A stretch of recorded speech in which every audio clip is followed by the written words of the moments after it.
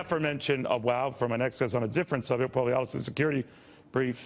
He's a host of this, sees all sorts of security issues, but I'd be remiss, because I'm going to get into the Apple thing, on this whole, I know you're not a political type, but this gets pretty big when now God inserts. Well, I got to tell you, Neil, I mean, all things considered, if Trump really wants to step into bed, well, using disgraceful and the Pope in the same sentence, you know what? Not a good thing. Bad karma, let's just say that. I don't know. You know, there are certain people you don't want to upset. I'm putting the Pope on that list. But, you know, you could argue in South Carolina with a lot of TikTok people who don't necessarily flip over what the Pope has been saying and doing. Right. It could come both ways. Thank you for indulging my tacky interest on politics.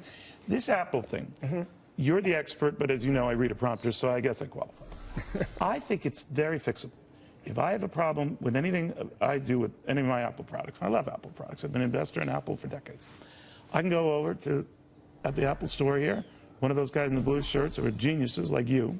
They can look at it, wham, bam, fix it, get whatever they need, they can get. So I think Apple can get this stuff. We don't have to deal with any constitutional crisis or raiding our privacy. Give the phone of this, you know, San Bernardino attacker. Let's open it up. Let's call it a day done. Right.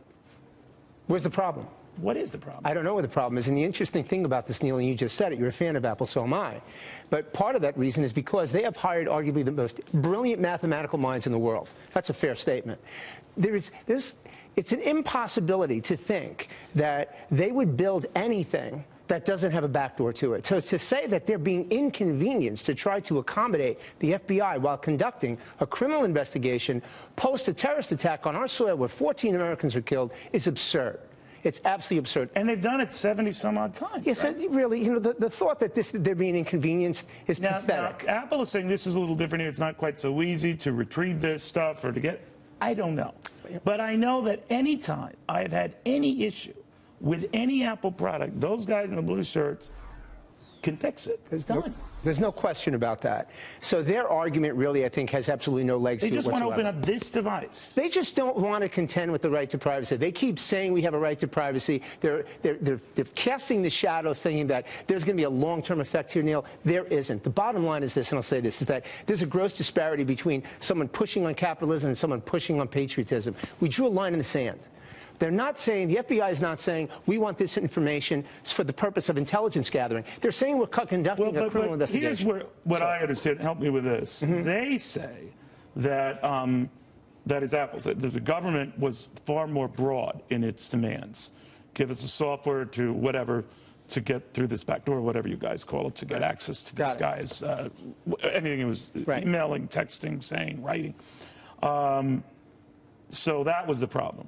So why can't, if that were the case, and I've heard that's not the case, if you went back and said, no, no, no, this phone in question, we'll open it up for you, but that's it. Right. This phone will be phone number 71 that we've done that for. Exactly. You're 100% on point, you know. And you are, as always. That's why I'm here. Amazing. But the thing is, we have to know that the court is not going to grant carte blanche. They never do. Whenever you go for a search warrant, any kind of court order, you have to be very specific about what you want. The court's not going to say, have carte blanche and be able to get a code, they'll get anything.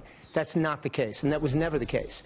Very simple. You're a genius of this stuff. Is the fear that when you open up a phone, you find a way to get past whatever the means that prevent you to do that, that is exposed to the government? The government says, aha, now we know how to do this if it comes up in the future. It's possible, but at the end of the day, the bigger picture is we're still looking at the minds of Apple. These guys will create something, and if they let you in this time, they'll stop you the next time.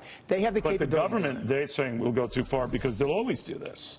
Well, that's their contention. Right. But it's just really not realistic.